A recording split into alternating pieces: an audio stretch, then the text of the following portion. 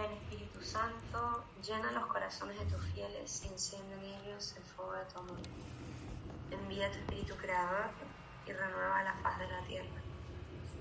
Oh Dios, que has iluminado los corazones de tus hijos con la luz del Espíritu Santo, haznos dóciles a sus inspiraciones para gustar siempre del bien y gozar de su consuelo. Por Cristo nuestro Señor. Amén. Por el Padre, el Hijo y el Espíritu Santo. Muy bien, bueno, la semana pasada empezamos a hacer toda la introducción de los libros proféticos, ¿sí? Y estuvimos hablando de cómo se fue constituyendo esta institución profética, de dónde arrancaba y demás, y estábamos viendo que hay como tres grandes grupos profetas, ¿no? Están los profetas, bueno, dos grandes grupos en sí, ¿no? Los profetas anteriores a Samuel y los profetas posteriores a Samuel. Y habíamos empezado a ver que los profetas posteriores a Samuel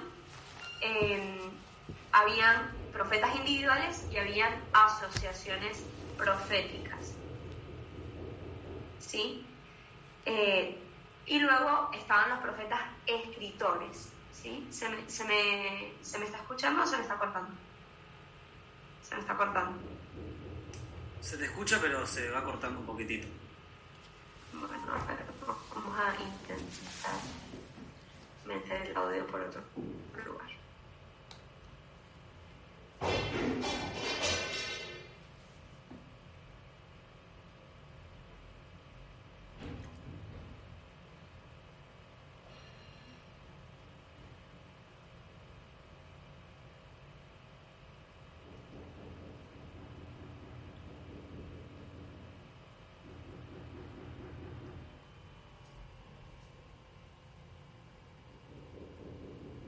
Bien, ¿ahora se me escucha mejor? ¿Sí? Perfecto. Bueno, muy bien. Entonces ahí estábamos empezando a ver, vimos ya los profetas individuales, ¿sí? Y estábamos empezando a ver los profetas, las asociaciones proféticas, ¿sí? Entonces, en las asociaciones proféticas, los fenómenos colectivos del profetismo y las asociaciones proféticas surgen un poco difusamente en torno a la época de Samuel, al inicio de la monarquía. ¿Qué son estas asociaciones proféticas? Bueno, son grupos de personas que alababan a Dios y tenían alguna que otra manifestación extática, ¿no? Un poco como si fuesen personas que eran atrapados por lo sobrenatural, ¿sí? Estas asociaciones proféticas no llegan a tener mucha importancia en Israel. De hecho, existen a partir de Samuel aproximadamente y terminan antes de Elías y Eliseo, ¿no? Se extinguen poco tiempo después. Ellos llevaban una vida de comunidad alrededor de un maestro, viviendo de un modo austero y con gran escasez de medios. Era un profetismo de profesión, ¿sí? Le faltaba propiamente la llamada específicamente divina. Y estos grupos sí lograron en algunos momentos mantener la fidelidad a Yahvé en momentos de persecución, ¿sí? Pero estos profetas de profesión se diferencian de los falsos profetas porque los falsos profetas lo que querían o buscaban era adaptarse a los deseos de los reyes, a quienes adulaban, a quienes siempre hacían lo que querían, un poco para obtener dinero y popularidad. ¿Sí? En cambio, las asociaciones proféticas no eran así, pero tampoco propiamente era la forma en que Dios se manifestaba, ¿no? Usualmente, ¿sí? En los textos bíblicos se distingue claramente entre las manifestaciones colectivas de las asociaciones proféticas de los profetas llamados personalmente por Dios. y también de los falsos profetas, ¿no? Están las manifestaciones colectivas, están los profetas puntuales y están los falsos profetas. Ninguno de los grandes profetas que nosotros conocemos provienen de asociaciones proféticas. No pertenecieron a ellas, ni tenían nada que ver con ellas, ¿sí? Parece que este fenómeno de profetismo fue algo muy circunscrito en el tiempo. Y por eso no le vamos a dar tanta importancia, ¿sí? Yo lo tengo que nombrar porque vamos a leer y se van a dar cuenta que de repente hay un grupo de profetas y van a decir, bueno, ¿y este grupo de profetas qué? Bueno, esos son asociaciones proféticas, ¿sí? Bien, y lo que nosotros consideraríamos, en donde vamos a estudiar más a fondo, son los profetas escritores, ¿sí? Teníamos los no escritores, que son antes de Samuel, o después de Samuel también hay, pero luego tenemos los profetas que sí dejaron algo escrito, ¿sí? Profetas posteriores a Samuel, que no escribieron, son Elías y Eliseo, por ejemplo, y Samuel. Pero ahora, los profetas escritores alcanzan un número total de 16 o 17, dependiendo si Baruc, que era secretario de Jeremías, lo consideramos profeta o no. Propiamente no sería profeta, pero a la vez, como él terminó comunicando lo que Jeremías le decía, pues terminaba comunicando palabras de Dios, ¿no? Entonces, dependiendo si Baruc entra o no, pues tenemos 17 o 16. Ellos, todos estos, vamos a llamar 17 profetas, se van escalonando cronológicamente entre el siglo VIII y el siglo V antes de Cristo, aunque algunos textos se escriben después del siglo V. Entonces se pueden dividir según la época histórica, ¿no? Entonces tenemos profetas de época asiria, profetas de época babilónica y profetas de época persa. Entonces en estos tres, bueno, seguimos viendo la introducción, así que no se preocupen porque voy a empezar a decir nombres de profetas, pero cuando nos metamos a estudiar a cada profeta a profundidad podremos entender todo lo que yo estoy tratando de empezar a comunicar. Así que no se preocupen, no se angustien, ¿sí? La época, entonces vamos a verlos por época para ir ubicándolos en el espacio y tiempo, porque si yo ahorita les digo Amós es un profeta, primero quizás ni siquiera saben que Amós es un profeta, ni que hay un libro en la Biblia que se llama Amós. No, de repente sí han escuchado Isaías, se han escuchado Jeremías, Ezequiel, pero si les digo Habacuc, y no sé si saben quién es Habacuc. Si les digo Sofonías, y no sé si sabían que había un libro en la Biblia que se llama Sofonías, ¿no? Entonces, vamos a ver dónde se están situando históricamente estos profetas. Entonces, la época asiria va a ir desde el siglo VIII hasta el 612. ¿Quién se acuerda qué ocurre en el 612? Estamos hablando del Imperio Asirio. Voy a dar una pista. ¿Alguna ciudad cae? Jerusalén. No. Jerusalén no cae en el 612. Samaria, ¿no? No, Samaria, ¿en qué año? La capital del reino. Nínive, muy bien. Cae la capital del Imperio Asirio, ¿sí? Y con esto acaba el Imperio Asirio. Entonces, los límites de los cuales estamos hablando del Imperio Asirio es el siglo VIII hasta el 612, que es la caída de Nínive y por lo tanto la caída del Imperio Asirio. En el 722, ¿quién cae? Ahora sí.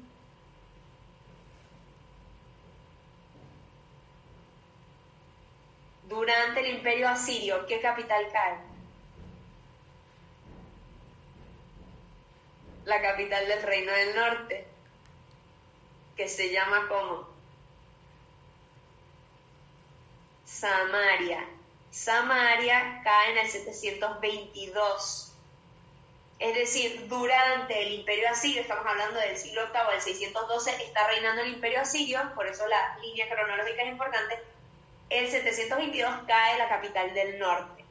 Poco antes de la caída de Samaria, es decir, poco antes del 722, en el reino del norte, ¿sí?, los que se separaron, los que vivían fuera de Jerusalén y vivían en Samaria y tenían un templo pagano, ¿se acuerdan? El templo de Garizim. Dios suscitó 2 profetas en esa época, que fueron Amós y Oseas. Ellos anunciaron que vendrían los asirios a invadir Samaria como forma de castigo a Israel por sus pecados. Que de hecho ocurre, Samaria cae por el poder asirio. Amós profetiza aproximadamente entre el 760 y el 750. Y profetiza principalmente bajo el reinado de Jeroboam II, es decir, no el que dividió el reino, no el que lideró la división, sino el sucesor. Y él es el profeta de la justicia social. Mari, ¿en qué año era? Amós, 760 a 750. ¿Sí? Justo antes de la caída de Samaria. ¿Sí? No se nos olvide que 760 a.C. es antes que 722, porque luego como que es una forma inversa del tiempo, ¿no? Bien, y él entonces fue el profeta de la justicia social y del anuncio del día del juicio de Yahvé, ¿no? Diciendo, bueno, como ustedes han sido infieles, vendrá el día del juicio de Yahvé y vendrá con su castigo, y que fue el día de la caída de Samaria. ¿Sí? Luego, cuando entremos a ver en detalle Amós, veremos a qué nos referimos. Bien. Luego entonces tenemos al profeta Oseas, que está aproximadamente entre el 750 y el 735. Estos profetas, hay profetas que se empalman, es decir, no es que solo hay un profeta a la vez. Estos puntuales sucedieron uno al otro, pero no es porque se lo heredaron. No es que al morir Amós le dijo, aquí tienes la batuta, Oseas, sigue por mí. No, fueron profetas que Dios suscita, que puede incluso suscitar a varios a la vez, ¿vale? O sea, no nos vayamos a creer que es uno sucesivo del otro necesariamente. Pero Oseas, en el caso puntual, sí fue del 750 al 735, y este es el único de los profetas escritores que era originario del reino del norte. Él nació en el reino del norte. Los demás estaban en el reino del sur y luego iban a profetizar al norte. Es distinto, ¿no? Bien, y él es un profeta muy especial. Es mi favorito y lo verán quizás en mi forma de exponerlo, ¿verdad? ¿Pero por qué? Porque él narra... ¿Cómo? ¿Por eso te gusta tanto la película también, o no? Así es. ¿Viste? Por eso me gusta tanto la película. Oseas, entonces, es un profeta que nos narra, no solo a través de sus palabras, sino a través de su propia experiencia, el amor infinito que Dios nos tiene. Este amor que no decae nunca, ni siquiera cuando el pueblo es infiel, ni siquiera ante la prostitución de su propio pueblo, que se va detrás de muchos otros diosecillos como nosotros. Bien, y luego, más o menos hacia el año 740, inicia su ministerio profético Isaías, el cual profetiza durante 40 años. Contemporáneo a Isaías es el profeta Miqueas,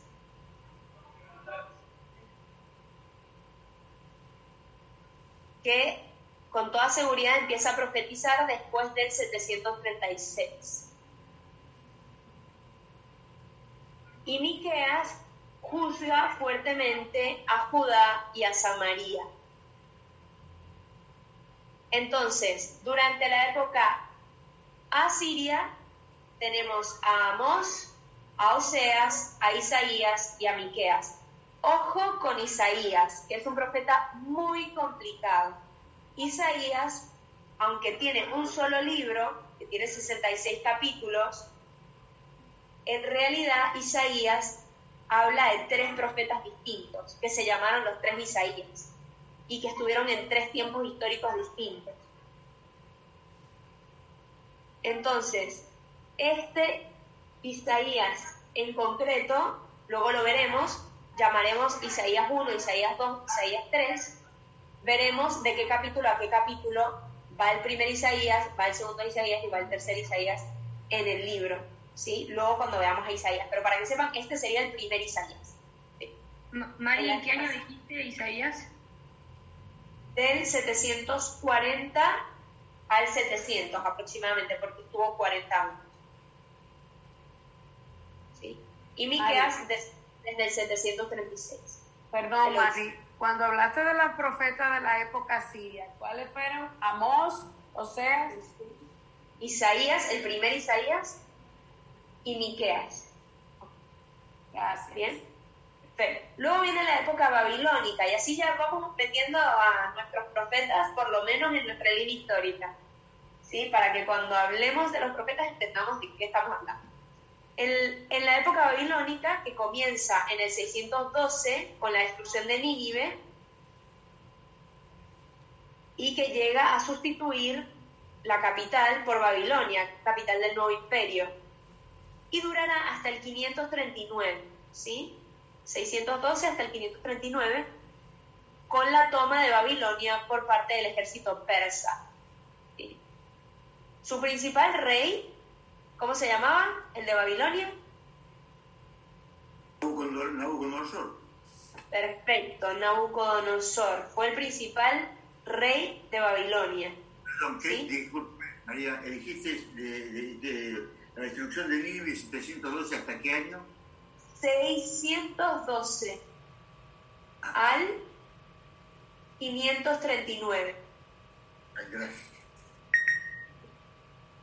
Entonces, en ese periodo, en Judá, recuérdense que ya no existe el reino del norte y por lo tanto solo hay un reino de Israel, que es el de Judá, que está en Jerusalén. Josías fue el que más tiempo estuvo reinando, ¿sí? Josías reinó, que era el rey de Israel, del 640 al 609, ¿sí? Un montón de años. Y durante ese tiempo, el profeta principal fue Jeremías. ¿Qué quiere decir esto? Bueno, que Jeremías profetizó durante el periodo previo a la deportación. Perdón, Mari, escúchame. El del 604 al 609, ¿quién era el rey? Josías. Josías. Josías, rey de Israel. Y ahí el principal profeta fue Jeremías, ¿sí? Josías no es profeta, es rey, ¿sí? El profeta fue Jeremías. Y contemporáneo con Jeremías fue otro profeta que se llamó Nahum. Y Nahum predijo la caída de Nínive. ¿La caída de qué? ¿La caída de Nínive. Habacuc es otro profeta que estuvo entre el 625 y el 598. No olviden que en el 598 fue la primera deportación de Babilonia. Habacuc afronta el tema de la justicia de Dios en el gobierno del mundo. Es decir, cómo deberían gobernar los hombres en base a la ley divina y no solo en base a lo que ellos se les ocurriera en el momento de ser gobernantes. Y también Habacuc anuncia la caída de Babilonia. Y paralelo también a esa época fue Sofonías, otro profeta que profetizó poco antes del 612, que fue el año de la reforma religiosa de Josías. Recuérdense que hubo dos reyes que intentaron hacer reformas religiosas, Josías y Ezequías. ¿Se acuerdan que les dije que son los reyes que aparecen en la iglesia del monasterio del Escorial, que son los reyes de España, y aparece Salomón, David, Josías y Ezequías como uno de los reyes, porque fueron reyes importantes en Israel, ¿sí? Bueno, Sofonías, poco antes de la reforma de Josías en el 612, profetiza principalmente sobre el tema del día de Yahvé, ¿no? Vendrá el día de Dios. Recuérdense cuando Jesús vive, dice varias veces: no ha llegado mi hora, no ha llegado mi día, mi hora. Bueno, esto viene también de esto, ¿no? Del día de Yahvé. Y luego también en esta época está Baruc, que es secretario de Jeremías, ¿sí?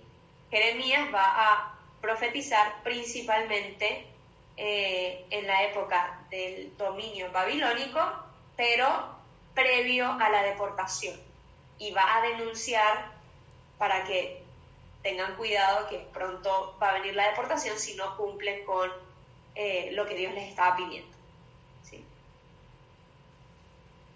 ¿Qué pasa? Los profetas preexílicos, ¿sí?, previos al 587, que es la deportación a Babilonia, tuvieron en gran parte como misión exhortar a la nación a la fidelidad a la alianza y denunciar la infidelidad a la ley y la corrupción moral en Israel.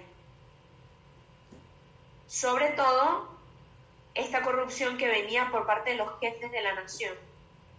¿Por qué la corrupción? Porque ellos, los jefes de la nación, los reyes, estaban confiados en saberse que eran el pueblo elegido, ¿sí?, que tenían el templo, que ellos tenían el favor de Dios. Entonces ellos eran bastante supersticiosos con esta realidad, porque se juraban que ellos, solo porque eran del pueblo elegido, la seguridad de la elección divina nunca les iba a faltar. Es lo que paralelamente hoy podemos creer en estas personas que a veces han hecho experiencia de la misericordia de Dios, y entonces dicen: bueno, no pasa nada si al final del día voy y me confieso. No, porque Dios me va a perdonar. ¿Qué pasa? Empezando porque esas personas probablemente no han hecho experiencia del amor de Dios, porque es como quien le pega a su mamá y la maltrata sabiendo que su mamá siempre lo va a querer. Es como tú nunca has hecho experiencia de tu amor, del amor de tu madre, si la sigues maltratando de esa forma, ¿no? Cuando tenemos la experiencia del amor de Dios, no nos lleva a abusar de esto, pero no tanto no por abusar, sino porque realmente hemos experimentado su amor, ¿no?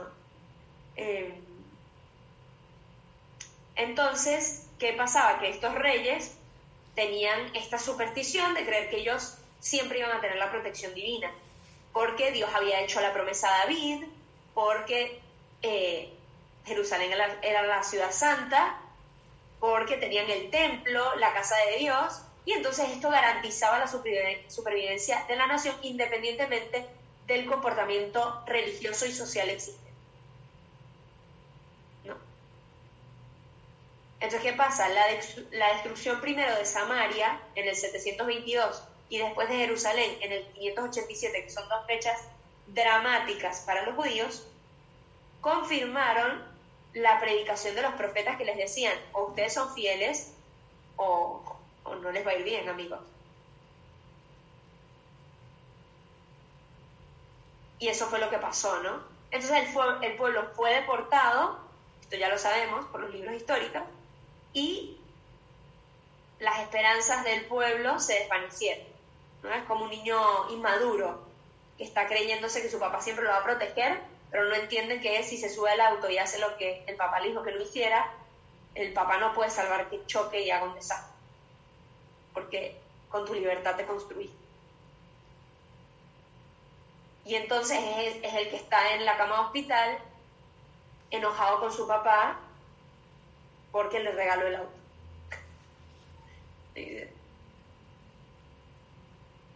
Bueno, así de inmaduro era Israel y así de inmaduros somos nosotros, ¿no? Cuando culpamos a Dios de lo nuestro, ¿sí?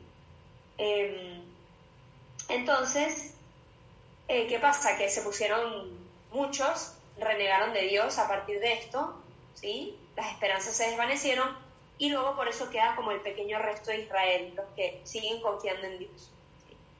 Entre los desterrados a Babilonia ejerce su ministerio profético Ezequiel. Entonces Ezequiel es un profeta durante el exilio. Él inicia su predicación profética en el 598, es decir, en la primera deportación de Israel a Babilonia. Y Ezequiel trae promesas de consolación. Imagínense, todo el mundo estaba en la calle de la amargura. O sea, estaban deportados, no tenían templo, todo venía fatal, y Ezequiel les está anunciando que Dios vendrá y vendrá a intervenir en sus vidas. Estaban entonces los que creían en esto y estaban los que no creían. Tipo, tú no estás viendo lo que nos está pasando, si estamos en el hoyo. Pero Ezequiel venía a decir que vendría Dios con promesas de consolación si el arrepentimiento del pueblo era sincero. Y hacia finales del exilio, ¿sí? Hacia el exilio, recuérdense que acaba en el 538, cuando llega el imperio persa y les dice: anden todo el mundo, regreses a su casa, ¿sí? Hacia final del exilio se sitúan las profecías contenidas en Isaías 2, ¿sí? En el segundo Isaías, que está dentro del único libro de Isaías. Para que sepan más o menos, el primer Isaías es del capítulo 1 al capítulo 40, el segundo, esto lo vamos a ver con detalle en Isaías, y esto más nada más para que vayan entendiendo. El segundo Isaías va situado desde el capítulo 40 al 55, y el tercer Isaías desde el 55 hasta el final, ¿sí? Bueno, la profecía del segundo Isaías se centra en vaticinar, en proclamar, en profetizar el inminente regreso del pueblo de Israel a su tierra, ¿sí? Y luego finalmente, entonces, ¿a quién vimos durante esta época, en la época babilónica? Vimos dos momentos: los profetas preexílicos y los exílicos, ¿no? Durante el exilio. Los posexílicos ya vendrían en el imperio persa. Entonces, durante el imperio babilónico están los preexílicos, que son Jeremías, Nahum, Habacuc, Sofonías y Baruc, ¿sí? Jeremías, Nahum, Habacuc, Sofonías y Baruc. Y los profetas durante el exilio fueron Ezequiel y el segundo Isaías, ¿vale? Y por último tenemos entonces la época persa, que empieza en el 538, cuando Ciro conquista Babilonia. Ciro, el emperador persa, conquista Babilonia. Y concluye el imperio persa. ¿Cuándo concluye? ¿En qué año? ¿Quién se acuerda? ¿O quién hizo su tarea de la línea? A ver, Leila, ¿en qué año? 512 era por ahí. No. 333. Perfecto. ¿Qué pasa en el 333?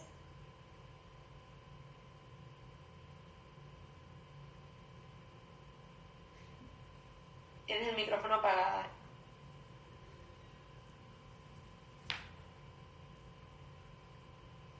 En el 500 y algo ya regresan del exilio, ¿no? Y luego en el 33 se acaba el babilónico. El persa. Perdón, el persa. Llega ¿Cuál llega? Imperio. El griego, pero no me acuerdo El qué griego. pasa. Alejandro Magno llega y derrota al ejército persa, ¿sí? Entonces, durante ese periodo del 538 hasta el 333, que es el imperio persa, vamos a tener a varios profetas, ¿sí? Los repatriados, es decir, postexílicos, ya estamos regresando a la patria, tienen a Ageo y a Zacarías. Esto, si se acuerdan, lo vimos algo en Esdras y Nehemías. Vimos a Ageo y a Zacarías. Ageo está aproximadamente alrededor del año 520 y Zacarías también en el 520 al 518. ¿Y ellos qué hacen? Exhortan al pueblo a trabajar en la reconstrucción del templo.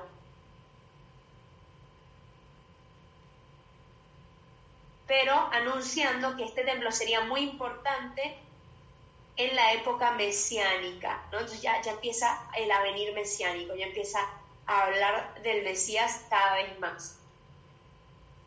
Muy seguramente a este periodo también pertenece el profeta Abdías. Uy, entramos en profetas que no tenían ni idea que existían libros en la Biblia.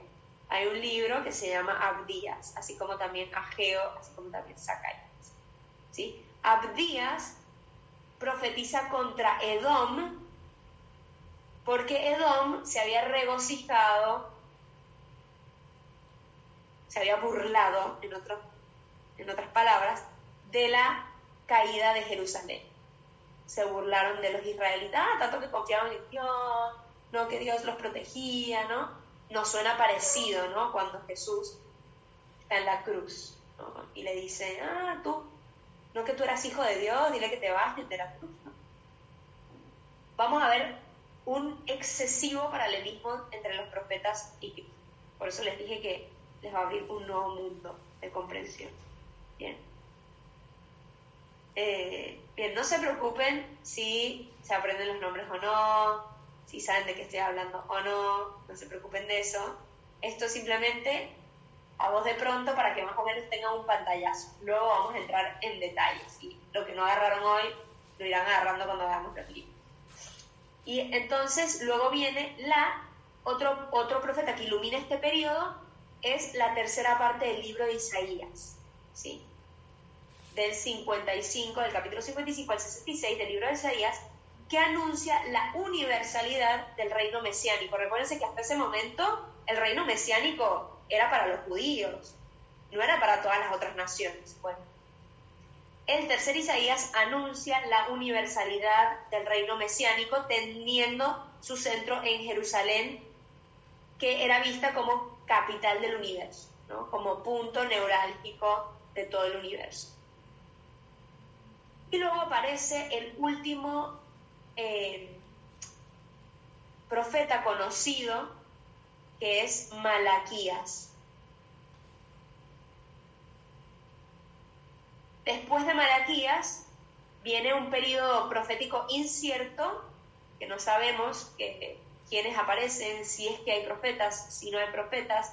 En los Salmos muchos dicen ya no tenemos profetas, ¿no? Hasta que venga Juan el Bautista, ¿no? Desde Malaquías hasta Juan el Bautista no sabemos qué pasa, ¿sí? Que es un montón, porque estamos hablando del siglo V. Desde el siglo V hasta ya 5 siglos sin profetas.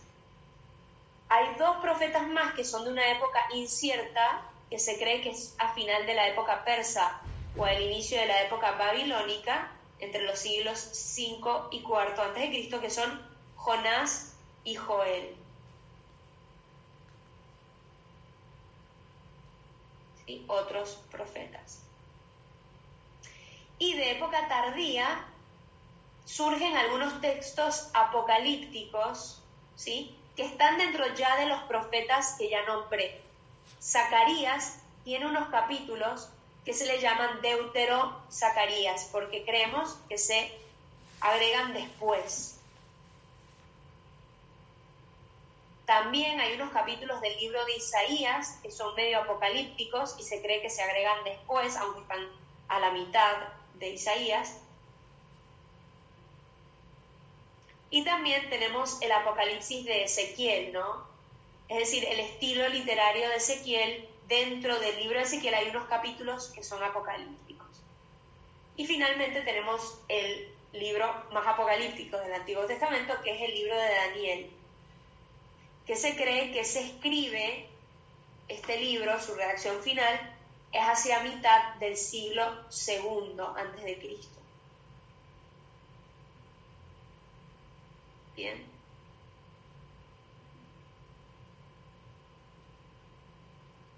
Perfecto. Entonces, Agus. Pero entonces, del quinto en adelante, ¿hubo silencio o estaba Daniel? ¿O Daniel no es un profeta? Daniel es considerado un profeta, pero él narra la época babilónica. Entonces se escribe después, pero él vivió en la época babilónica. ¿Sí? Entonces, lo que pasa es que se escribe el libro. Bien, entonces tenemos, en total, voy desde el primero al último: Amós, Oseas, primer Isaías, que voy a contar solo una vez porque es un libro nada más, Miqueas, Jeremías, Nahum, Habacuc, Sofonías, Baruc, Ezequiel, Isaías 2, que no lo voy a contar, Ageo, Zacarías, Abdías, tercer Isaías, que tampoco lo voy a contar, Malaquías, Jonás, Joel, Daniel. 17, porque contamos a Baruc, ¿vale? Bueno, ánimo, se nos vienen 17 libritos. Me quedé en Nahum. Te quedaste, no. Bueno, luego alguien que le pase los apuntes. Bien, entonces. Dios bendiga tu memoria y te concede. No, yo tengo mis apuntes aquí. No me sobreexaltes porque no es así. La memoria se va trabajando mientras voy hablando también.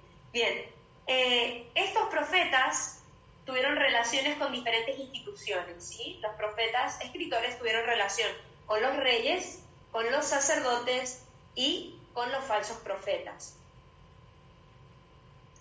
Los profetas, ¿sí?, no sustituían a los reyes. Ojo, ni tampoco sustituían a los consejeros.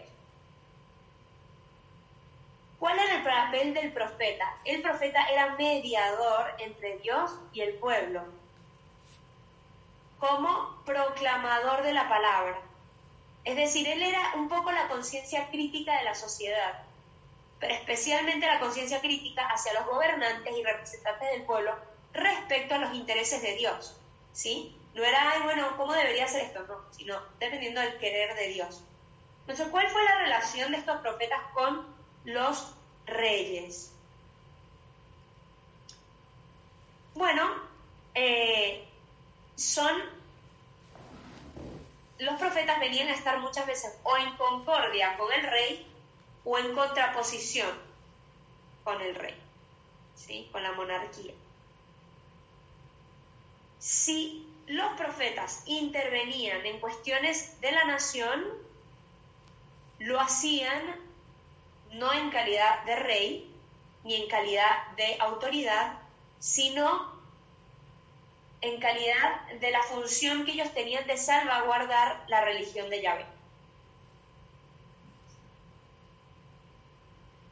A mí me encanta esa figura, hoy no la tenemos. Me parece, era lo que se intentó en una época en donde los sacerdotes o el obispo tenían demasiada influencia, ¿sí? Y entonces al final se terminó politizando la religión, que no sería la finalidad. Pero hoy en día el obispo de la ciudad un poco cumple esa misión, porque el gobernante puede o no escucharlo, pero el obispo denuncia ciertas cosas, ¿no? El tema es que tanto espacio se le dé o no. Pero no es que el rey, en este caso el presidente, o el ministro, o el alcalde, le deba obediencia. No le debe obediencia, propiamente, dependiendo de cada estado y cómo está vinculado, ¿sí? Entonces, pero aquí el profeta solo ponía reparos en cuanto a lo moral o en cuanto a lo religioso, ¿sí? Entonces ellos no iban a favor de la política reinante, eso no era lo que les movía a intervenir, sino la defensa de los derechos de Dios y la fidelidad a la alianza. Ese era su motor. Ahora, ¿cuál era la relación entre los profetas y los sacerdotes, ¿no? Porque dicen, bueno, pero un profeta no era un sacerdote, como que ¿cuál es la diferencia? Porque como que nosotros lo relacionamos, porque como el profeta es una figura religiosa, pues ya creemos que un profeta es sacerdote, o el sacerdote es profeta, y no. La misión de los profetas fue la de exhortar la realización de un culto que fuera agradable a Dios. Y por lo tanto vamos a ver mucho que ellos promueven no tanto el culto exterior, sino el culto interior. Ahora bien, no era el culto interior separado del exterior. Ah, no, bueno, tú rezas en tu casa y no vayas a misa porque lo importante es tú tener tu relación con Dios. No, sino si vas a misa, lo importante es cómo vives la misa, ¿sí? Se entiende la comparación, obviamente en esa época no había misa, estoy hablando del culto, ¿no? Entonces el culto interior, si no había culto interior, el culto exterior era vano, pero no porque entonces el culto exterior no valía, sino el culto exterior unido al interior. No era, bueno, solo lo interior, eran las dos cosas unidas.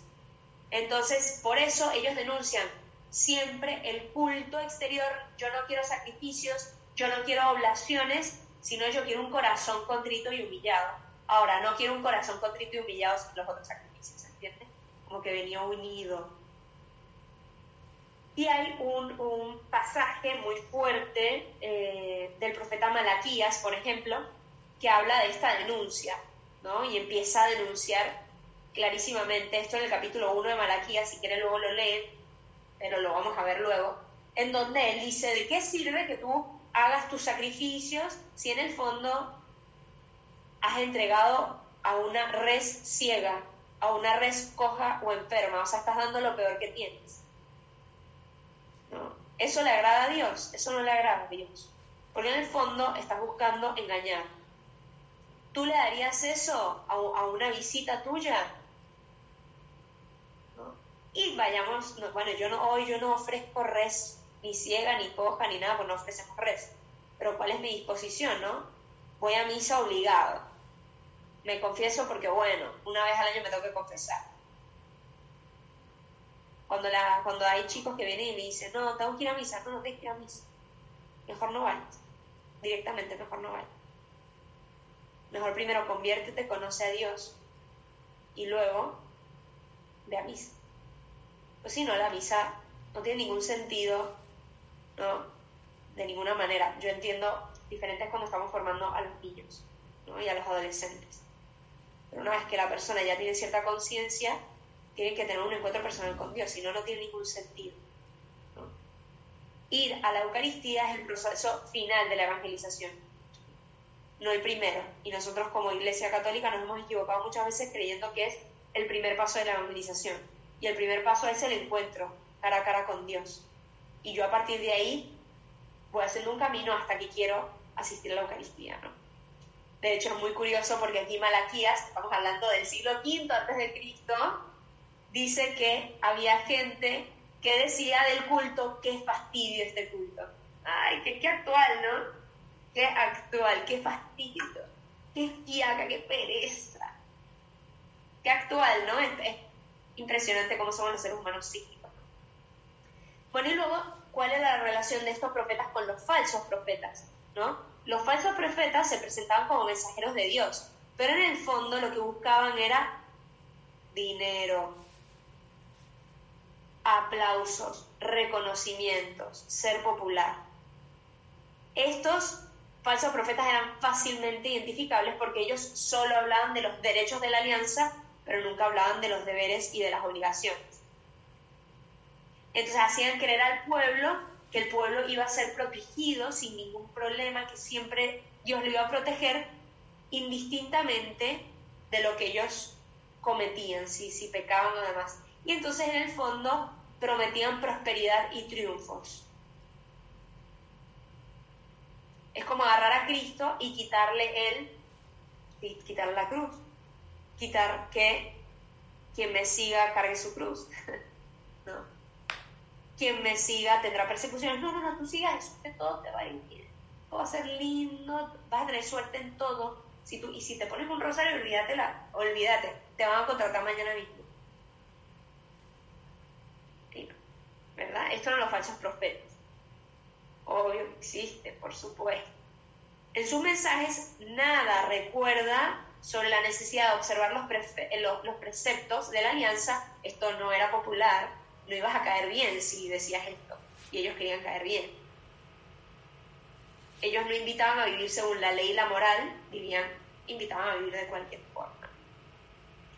Bien, ¿cuál era la naturaleza del profetismo en Israel, no?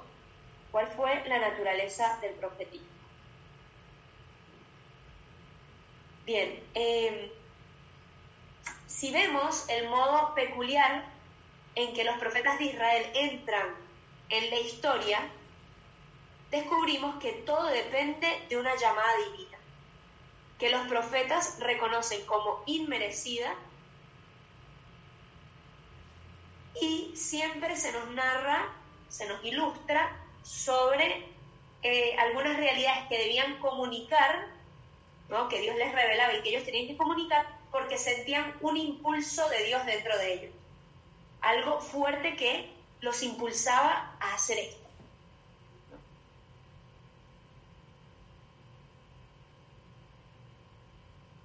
Entonces, lo primero sería, la naturaleza del profetismo es el origen divino de la profecía. Viene de Dios. Como ya hablamos antes, el ser profeta no era hereditario, como los sacerdotes o como los reyes, ni tampoco estaba vinculado o ligado a una condición particular de vida. ¿Qué quiere decir esto? Que la vocación profética provenía únicamente del querer de Dios. Dios que se manifestaba al profeta y le comunicaba una misión. Y a veces incluso le certificaba con un signo. Los profetas, entonces, no actuaban por una inclinación natural o por un deseo de dar honor a Dios, sino porque Dios les eligió y los puso en ellos su palabra. Ahora, entonces eso no era libre de parte de los profetas, ya veremos. Eran poseídos y entonces eran como estas películas en donde un espíritu te posee. No era así. De hecho, estos eran los falsos profetas. Generalmente, los libros de los profetas tienen fórmulas que acreditan esto. Es decir, utilizan palabra de Yahvé dirigida a Amós, ¿no? Oráculo que tuvo fulanito, visión de tal, libro de la visión de Jeremías de tal, ¿no? Te ponen como ese tipo de fórmulas análogas para indicar que era una palabra que venía de Dios. Y esto venía independientemente de la condición de vida de la persona, como ya dije. Y esto lo demuestra los distintos profetas que hubo, ¿no? Está Samuel, que era niño cuando fue llamado. Está Amós, que era un pastor que no tenía ningún tipo de importancia en la vida social. Ezequiel, que era sacerdote, ¿no? Tenemos a Isaías, que era de la clase de la aristocracia de Jerusalén. Y tenemos incluso a un Balaam, que no era israelita, ¿se acuerdan? Que profetiza a favor de Israel. Entonces, Dios se servía de esta persona para el ministerio profético. Pero recuérdense que la acción de profetizar era esporádica, transitoria. Era para una misión. No es que esta persona, toda palabra que decía era palabra de Dios. Cada vez que habla, es lo que yo les decía del Papa. No era así. Nunca ha sido así. Sino que en determinados momentos eran receptores de las comunicaciones divinas. Y luego comunicaban esto. Todo lo que hacían o decían venía de Dios. No. Ahora, ¿cómo llegaban ellos a saber este mensaje divino? se nos habla de 3 formas diferentes, ¿sí?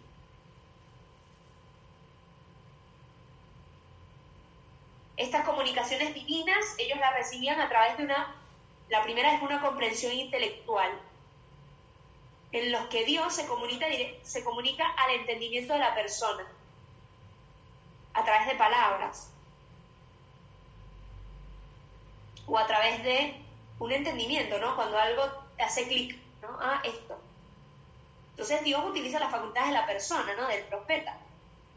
No vacía a la persona y mete su espíritu y la persona se queda como en una situación extática, donde la persona deja de ser ella y le invade el espíritu de Dios y habla en nombre de Dios. No funciona así. Así funciona el demonio, de hecho.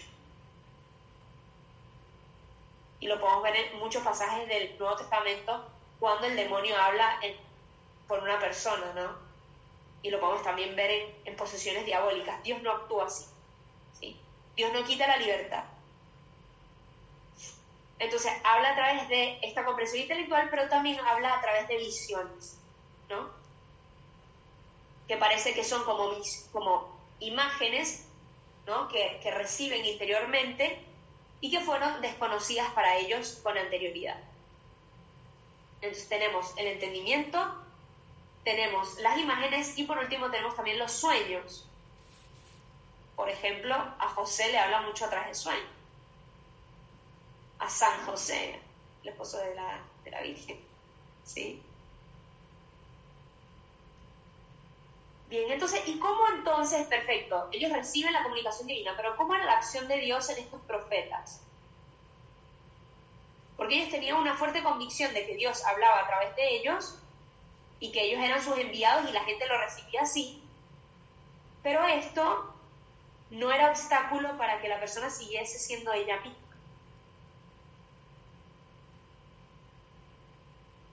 Entonces, hablan de un atractivo fuerte que la acción de Dios generaba en el interior del profeta.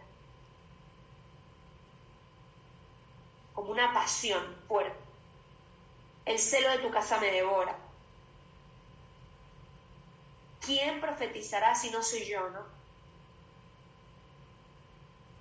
Como una especie de ardor fuerte, un atractivo fuerte de proclamar la palabra de Dios. A lo cual ellos se podían oponer, pero era tan fuerte que muchas veces no se oponían. Ahora, otros textos nos muestran claramente que el profeta podía desobedecer. De hecho, lo vemos mucho en Jonás. Jonás, de hecho, desobedece de frente. Y de hecho, en Ezequiel se nos dice que Dios le dice: mira, Ezequiel, si tú les dices esto, ellos se salvarán, pero si tú no les dices esto, quizás no se salven, pero tú seguro serás castigado, ¿no? Pero el punto es que podía no profetizarlo, podía no hacerlo. A veces era tan difícil la tarea, la misión profética, que algunos profetas se rebelaron, rechazaban la misión encomendada. Pero al final, como fueron profetas buenos y verdaderos, siempre prevalecía la obediencia y la sumisión a Dios. Lo vemos en Jeremías, ¿no? Yo ya no quería hablar más de ti, ¿verdad? ¿Se acuerdan de ese pasaje? En Jeremías 29, ¿quién lo busca?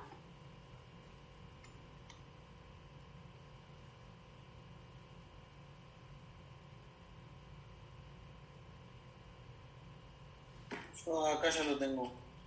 Dale. ¿29? Sí. Entonces dije, no lo voy a mencionar, ni hablaré más en su nombre, pero había en mi corazón como un fuego abrasador, encerrado en mis huesos. Me esforzaba por contenerlo, pero no podía. Perfecto. Como ven, él dice tipo, ya está. Cuando le damos Jeremías vamos a entender por qué él llega a ese punto, ¿no? Como dice, no voy a seguir hablando de ti, me va en feria, tipo, siempre la gente me termina criticando, termino siendo yo una persona rechazada por todo el mundo cada vez que hablo de ti y no quiero esto. Y dice, chau, no voy a seguir hablando de ti. Pero había dentro de mí un fuego abrasador, el tipo no podía, o sea, era como que me va mal al hablar de ti, pero no puedo contenerlo, ni modo. ¿no? O sea, era un fuego que va más allá de mí. ¿No? En el caso de los verdaderos profetas, no había casi fenómenos extáticos, esto de que perdían ellos la libertad. Ellos no perdían las capacidades intelectuales y la capacidad de elegir, ¿no? Las facultades humanas, que son la inteligencia y la voluntad, no la perdían. Ellos profetizaban con plena lucidez y capacidad, incluso en el caso de que había sido recibida una visión, ¿no? Ellos no perdían su libertad a la hora de profetizar.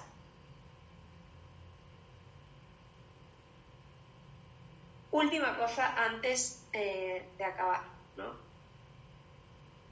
¿Cuáles son las características de los libros proféticos, ¿no? ¿Qué nos vamos a encontrar en estos libros?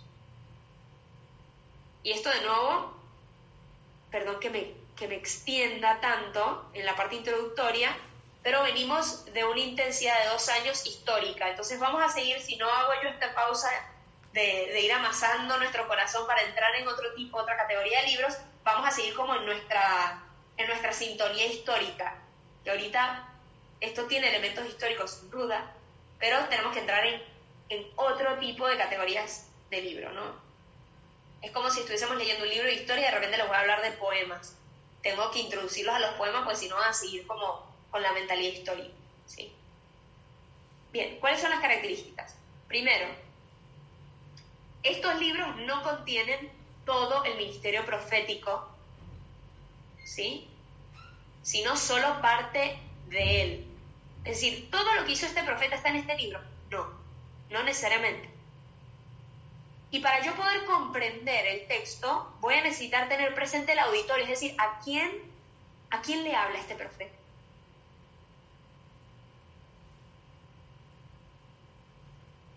Y también tengo que entender cuál era el periodo histórico, ¿no? Si esta profecía fue dicha en público, fue dicha como una confesión personal. Esto lo tenemos que entender. 2, también tenemos que entender que no siempre las profecías dentro de un mismo libro siguen un orden cronológico. Esto no siempre es así, sino que a veces siguen más bien un orden lógico, es decir, quizás más bien temático, ¿no? Todas las denuncias contra Israel o todo el anuncio del reino mesiánico quizás no sigue un orden cronológico, pero sí un orden lógico o temático. ¿Sí? Otra peculiaridad de estos libros es que estos libros recogen por escrito discursos o incluso oráculos que fueron pronunciados oralmente, a veces de modo exhortativo o recriminatorio, y a veces también habían diálogos, es decir, el profeta hablaba y el pueblo respondía. Y estos diálogos se introducen a veces sin un anuncio previo, sin decir, y el pueblo respondió. Entonces nos podemos perder, como, ¿quién está hablando aquí y a quién le habla? ¿No? Que a veces nos pasa, ¿no? ¿Eso lo dijo el profeta o quién lo dijo? ¿No? Y luego también tenemos que tener en cuenta que la revelación hecha a los profetas es parcial. Entonces, se nos ofrecen enseñanzas o imágenes que no están acabadas, que no son completas. Y por eso los mismos profetas muchas veces no entendían plenamente la revelación recibida, simplemente la comunicaban, pero no terminaban de entender qué quería decir esto. Y a veces entonces había cierta oscuridad en el significado. A veces se usaban números, expresiones, acciones, incluso nombres que son simbólicos y que no se encontraban fácil explicación. ¿Sí? Que luego solo más adelante podríamos entender. Y luego también entender que hay una falta de perspectiva en las palabras proféticas. ¿Qué significa esto? Que quizás se referían, como era algo que iba a suceder luego, se referían a una realidad que sucedía durante la vida del profeta y otra que quizás ocurría muchos años después. E incluso otras que en el fondo se cumplirían plenamente solo en Jesús. Ponemos un ejemplo del Cordero Pascual en Éxodo 12. Estamos hablando de 18 siglos. Y dice que el Cordero Pascual no le debías quebrar ningún hueso. De modo pleno, esto se entiende en la pasión de Cristo. Entonces el Cordero Pascual era figura de Cristo. El Cordero Pascual no debía tener mancha, tenía que ser limpio, tenía que ser el primogénito, ¿no? El primero. No podría quebrarle ningún hueso.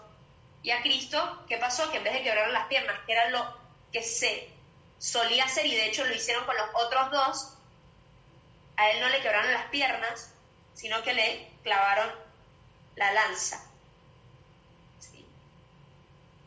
Bien, muchas de estas cosas de las profecías se cumplen plenamente en Cristo y solo en Él. Bien, lo que vamos a hacer la semana que viene, ya que se nos acabó el tiempo, es ver qué temas teológicos se tocan en los libros proféticos. Y ya vamos a empezar con los primeros profetas escritores del siglo VIII.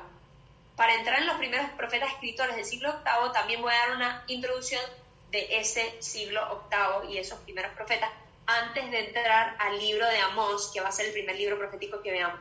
La semana que viene no vamos a empezar Amós, será en la siguiente semana. Pero si quieren vayan empezando a leer Amós. Los libros proféticos son muy fáciles de leer, algunos muy fáciles porque son cortos, no porque son fáciles de entender. Hay algunos libros que son 3, que son muy largos, que son Isaías, Jeremías y Ezequiel, pero el resto son bastante cortitos, entonces son fáciles de leer. Hay quienes les gusta más leerlo después de la clase, hay gente que le gusta leerlo antes. Lo mejor es antes y después, pero bueno, cada quien sabe su tiempo. Antes, después y el año que viene también, ¿no? Nada, la semana que viene, para que sepan eso. Ahora, tengo un problema la semana que viene. El lunes aquí es feriado y nosotros vamos a estar en un lugar donde no hay señal. Mi propuesta es tener la clase del lunes, el día martes, a las